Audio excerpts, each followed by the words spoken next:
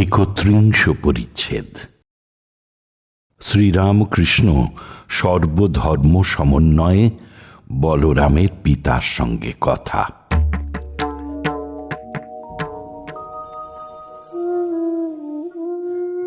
বলরামের পিতার ভদ্রক প্রভৃতি উড়িষ্যার নানা স্থানে জমিদারি আছে ও তাহাদের বৃন্দাবন, পুরী, ভদ্রক প্রভৃতি নানা স্থানে দেবসেবা অতিথিশালা আছে। তিনি শেষ জীবনে শ্রী বৃন্দাবনে শ্যামসুন্দরের কুঞ্জে তাহার সেবা লইয়া থাকেন। বলরামের পিতা মহাশয় পুরাতন বৈষ্ণব। অনেক বৈষ্ণব ভক্তেরা শাক্ত, শৈব ও বেদান্তবাদীদের সঙ্গে সহানুভূতি করেন না। কেহ কেহ তাহাদের বিদ্বেষ করেন। শ্রীরামকৃষ্ণ কিন্তু এরূপ সংকীর্ণ মত ভালোবাসেন না। তিনি বলেন যে ব্যাকুলতা থাকিলে সব পথ, সব মত দিয়া ঈশ্বরকে পাওয়া যায়। অনেক বৈষ্ণব ভক্ত বাহিরে মালা, গ্রন্থপাঠ ইত্যাদি করেন, কিন্তু ভগবান লাভের জন্য ব্যাকুলতা নাই। তাই বুঝি ঠাকুর বলরামের পিতা মহাশয়কে উপদেশ দিতেছেন। পূর্ব কথা, শ্রীরামকৃষ্ণের বৈষ্ণব বৈরাগীর ভেক গ্রহণ ও রাম মন্ত্র গ্রহণ।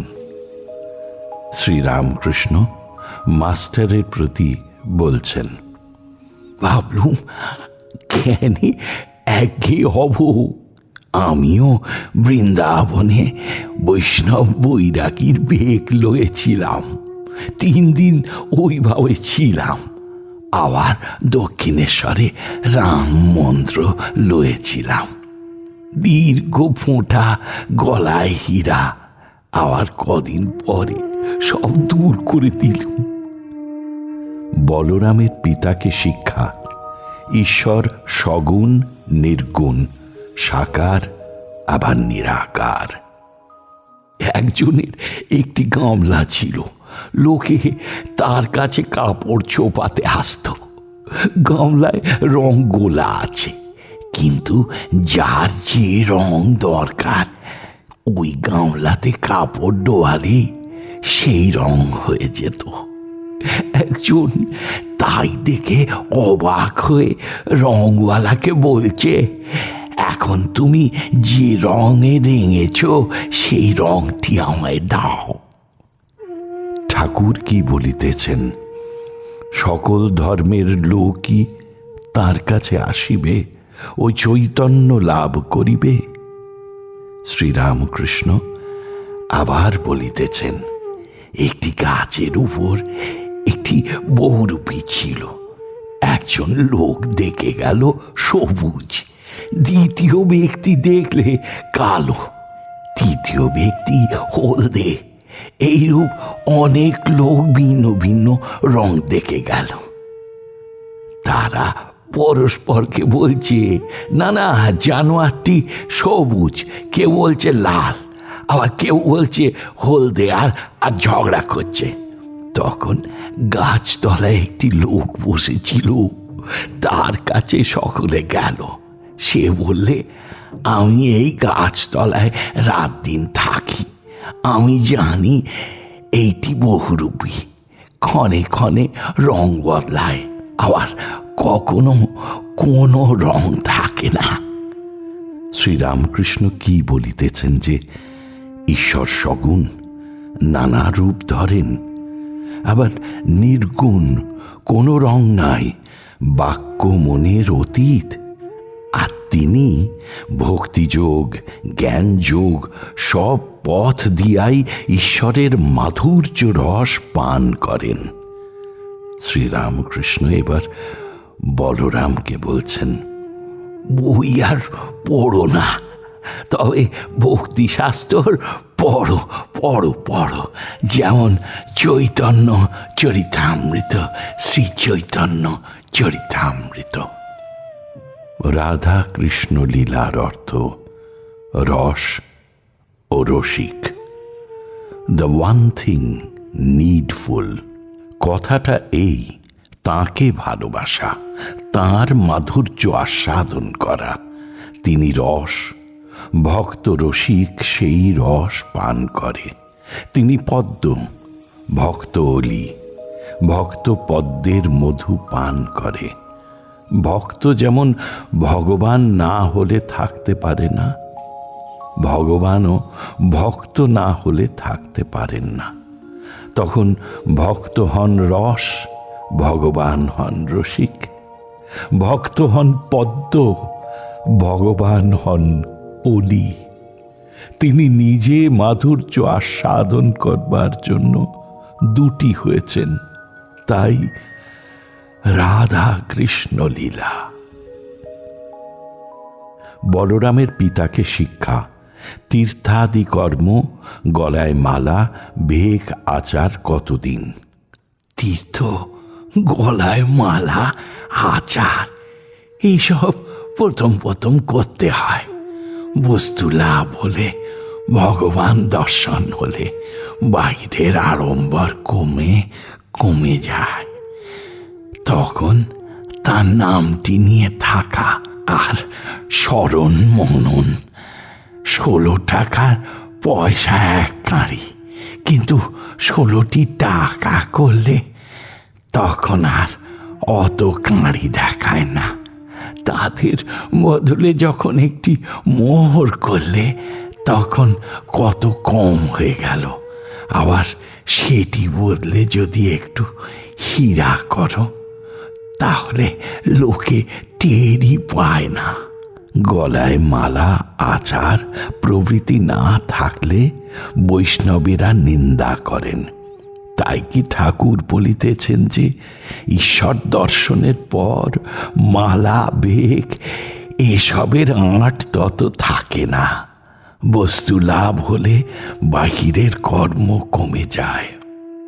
শ্রীরামকৃষ্ণ বলরামকে বলছেন, কর্তা ভজা বলে প্রবর্তক সাধক সিদ্ধ, সিদ্ধের সিদ্ধ।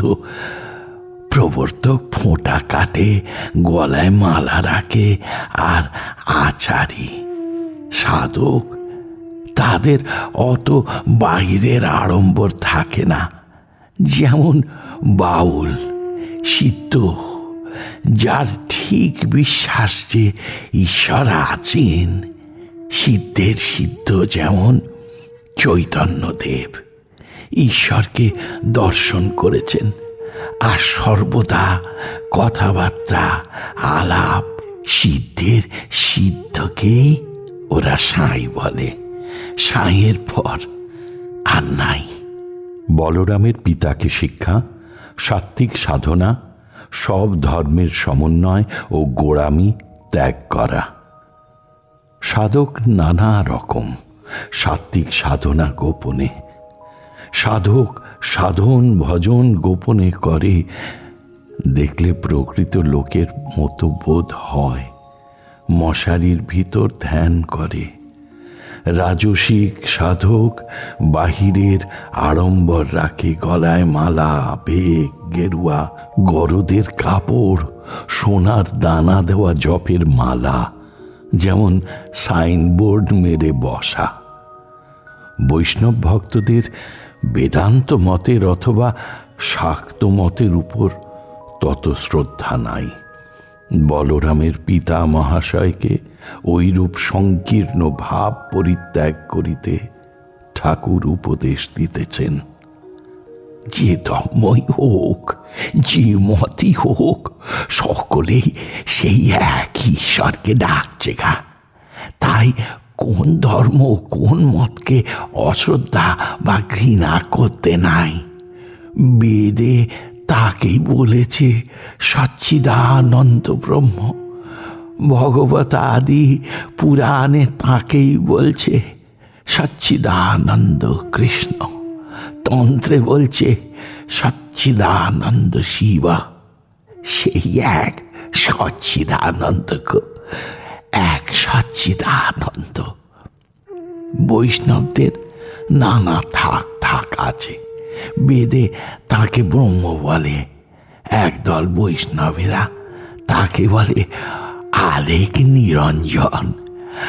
আরেক অর্থাৎ যাকে লোক করা যায় না, ইন্দ্রিয়ের দ্বারা দেখা যায় না, তারা বলে রাধা আর কৃষ্ণ আরেকের দুটি ফুট। বেদান্ত মতে অবতার নাই।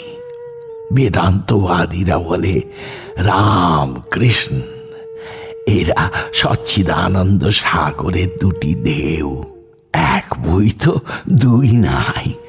যে যা বলে, যদি আন্তরিক ঈশ্বরকে ডাকে তাঁর কাছে নিশ্চয়ই পৌঁছবে, আকুলতা থাকলেই হলো।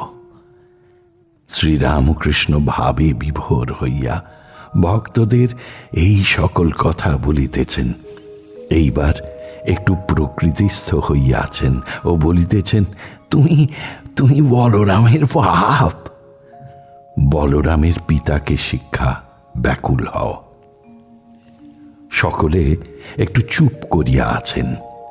বলরামের বৃদ্ধ পিতা নিঃশব্দে হরিনামের মালা জপ করিতেছেন। শ্রীরামকৃষ্ণ মাস্টারকে বলিতেছেন, আচ্ছা, এরা এত জপ করে, এত তীর্থ করেছে, তো এরকম কেন গো? যেন 18 মাসে 1 বছর হচ্ছে, কেন গো কেন? হরিশকে বললুম, কাশি যাওয়া কি দরকার যদি ব্যাকুলতা না থাকে? ব্যাকুলতা থাকলে এইখানেই কাশি। এত তীর্থ, এত জপ করে, হয় না কেন? ব্যাকুলতা নাই। ব্যাকুল হয়ে তাঁকে ডাকলে তিনি দেখা দেন। যাত্রায় গোড়ায় অনেক খচমচ করে, তখন কৃষ্ণকে দেখা যায় না। তারপর নারদ ঋষি যখন ব্যাকুল হয়ে বৃন্দাবনে এসে বীণা বাজাতে বাজাতে তাকে ডাকে, বলে প্রাণ হে গোবিন্দ মম জীবন, তখন কৃষ্ণ আর থাকতে পারে না। কৃষ্ণ আর থাকতে পারে না। রাখালদের সঙ্গে সামনে আসেন আর বলেন, ধবলি রহ, ধবলি রহ।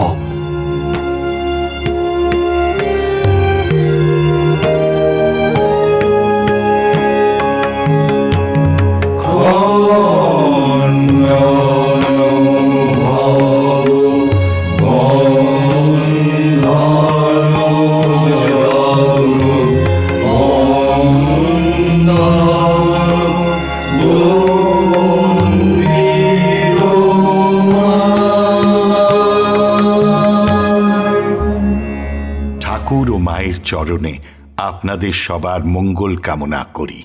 লাইক করুন, শেয়ার করুন, অন্যকে দেখার সুযোগ করে দিয়ে পুণ্য লাভ করুন। আর সাবস্ক্রাইব করুন, বেল আইকন পুশ করুন, যাতে আমাদের পরের নিবেদনের খবরটি আপনার কাছে পৌঁছয় সবার আগে। অমৃত কথন এই অনুষ্ঠানের আঙ্গিনা থেকে আপনাদের সবার সুখ, শান্তি, সমৃদ্ধি কামনা করে বলি, হরি ওম রামকৃষ্ণ।